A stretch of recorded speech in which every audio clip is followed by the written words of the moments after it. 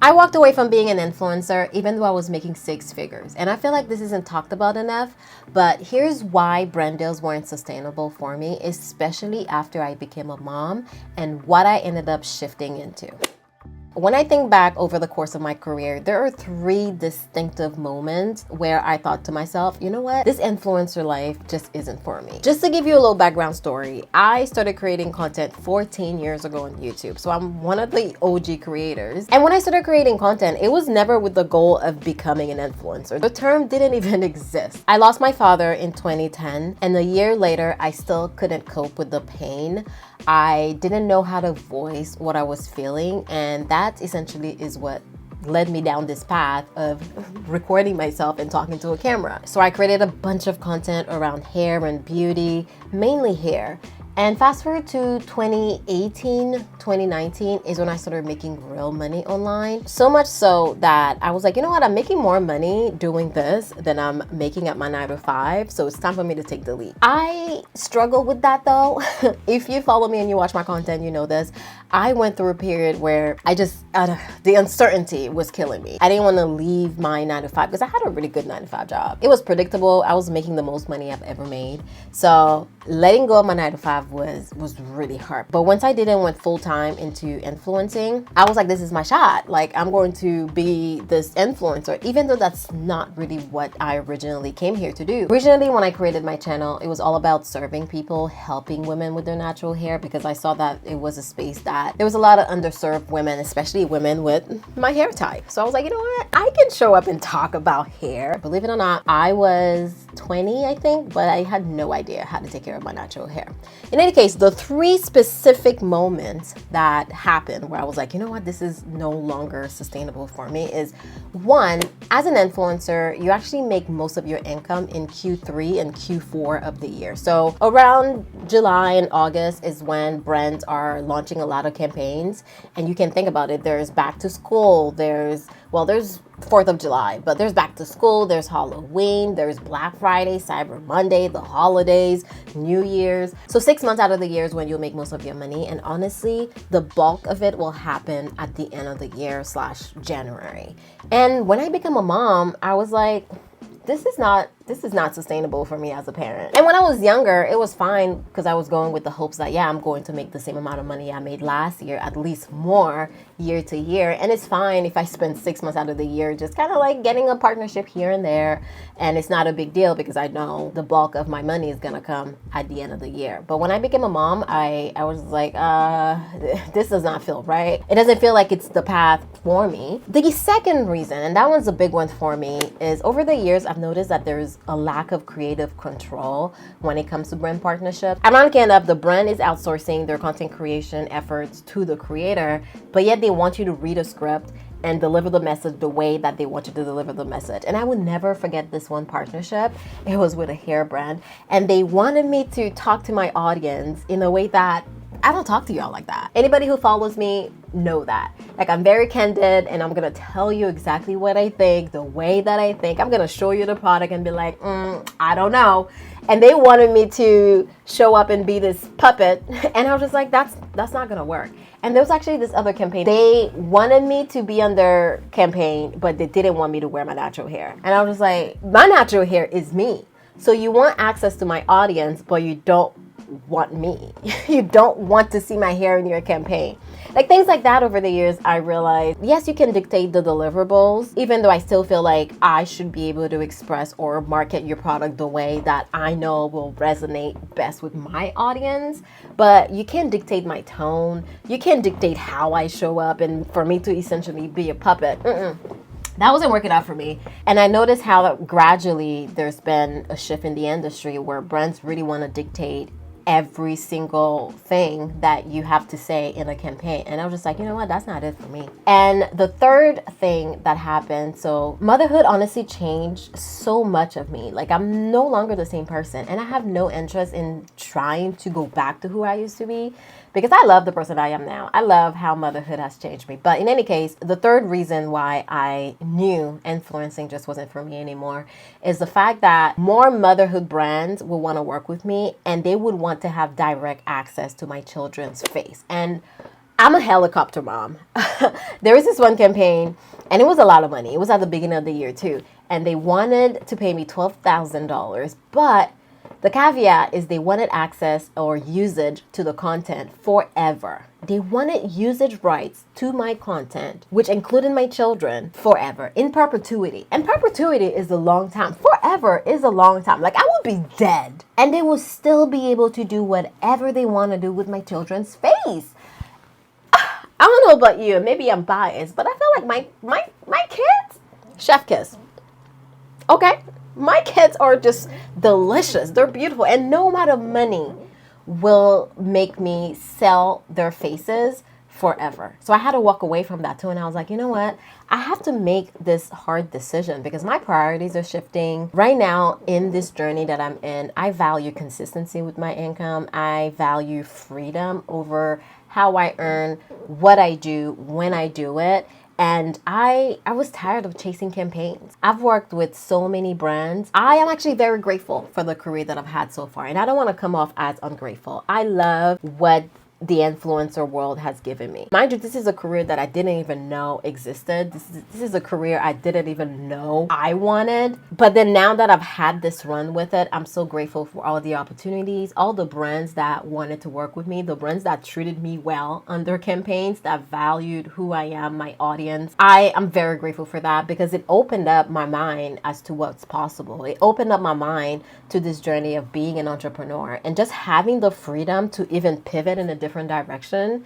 It's a blessing that I don't take for granted. However, after I had my daughter and again my son now, I had my children back to back, I realized I didn't want to be tied down to these deliverables. I didn't want to always perform for the algorithm. And, you know, that's not in line with why I started creating 14 years ago. It was definitely around serving other people, helping other people. Like I want to give and not expect anything in return.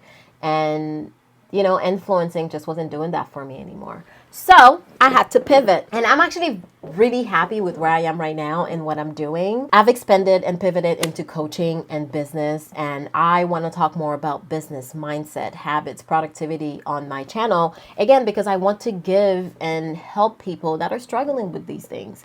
I know for me, I struggled with that for so long. Again, when the world of influencing opened up for me, it opened the world of entrepreneurship. And that revealed so many of my own flaws that I had.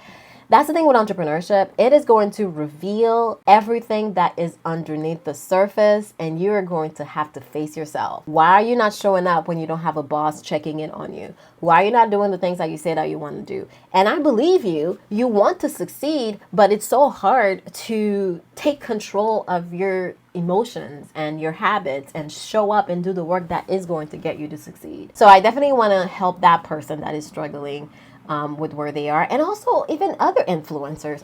I know that there's so many influencers right now that brand partnerships is not doing it for them anymore. Budgets are drying up, or they're not getting the same campaigns that they used to get.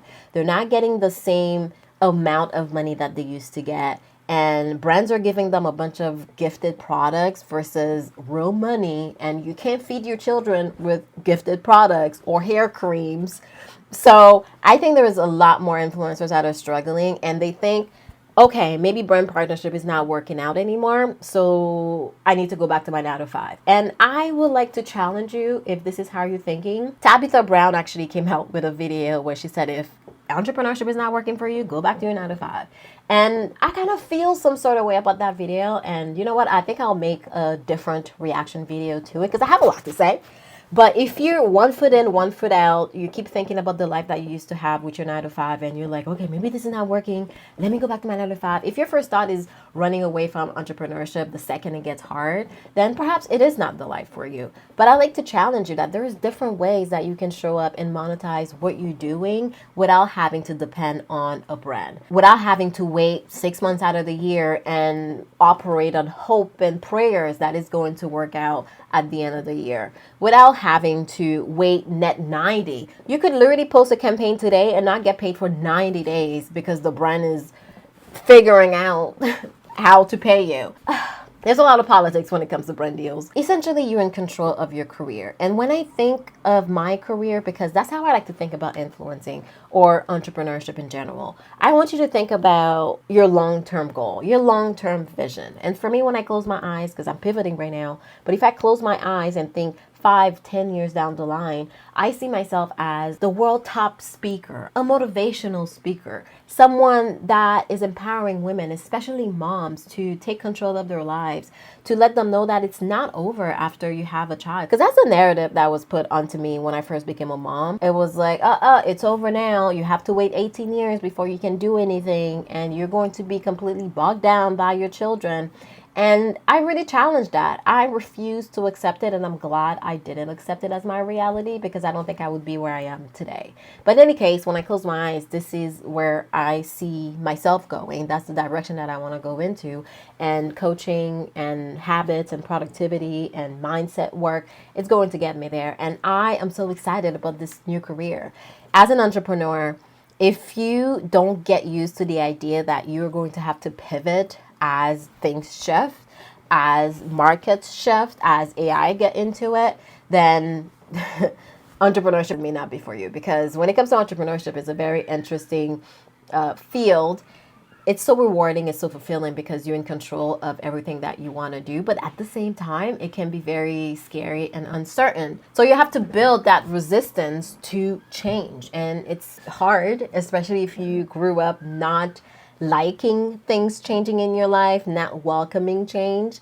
But it's a beautiful place to be. So I'm definitely taking all of my knowledge that I've accumulated over the past 14 years when it comes to influencing brand deals, especially marketing and sales, because that's something that I think a lot of us struggle with. I'm taking all of that knowledge and packaging it and helping other people. And in fact, my coaching program is actually open right now for applications. So if that's something you're interested in, go ahead and check the link in the description box. Send an application and we'll see if you're a good fit. Now, if you're an influencer and you felt that shift in the influencer world, especially when it comes to working with brands, I want to hear from you. Leave a comment down below. How is it going? Are you monetizing and earning the way that you want? Are you getting the opportunities that you know you deserve? Especially when we put a lot of hard work into our content. We want our bank accounts to reflect the hard work that we're putting in. And sometimes it's not the case with influencers. And I think we should open the conversation and see how we can help one another and how everyone is actually doing. Saying it out loud that I am quitting influencing, which I can argue influencing in the traditional term is how I'm quitting, but I would still argue that I'm influencing people today to take control of their careers, to be more productive, invest in their mindset and themselves, and invest in their businesses. I just want to influence you and challenge you in different ways versus, hey, buy this product, hey, buy that. And I don't know if you notice, every time you guys are asking me, Jen, what are you using? I'm not telling you. I am not here to tell you what to use in your hair. But if you need help to understand why you're not taking action, why you're struggling mentally, why you're not productive, if you need help building the back end of your business, because that's the thing a lot of people don't actually realize when it comes to showing up online. Content is one piece of the puzzle. You really want to build the system behind your content so that you are able to monetize on a long-term basis. And also think about your why. Where do you want to go? I talk to so many creators and they're like, oh, I just want to be invited to brand events. That is your whole purpose for being online? You can have a whole platform and help people beyond your wildest dreams. And all you want is just to go on a brand trip? Okay. I mean, if that's what you want, that's what you want. I'm not judging you, but I just think that there is so much more to us when it comes to being influencers. In any case, let me know your thoughts down below. I would love to hear from you. I'm putting myself on a bit of a challenge to record these videos off the cuff, just whatever comes to mind, really get into the habits of creating more content around coaching, business, mindset, self-development, productivity, and all that good stuff. So if you're excited, let me know. If you have any requests, let me know, and I'll see you in my next one.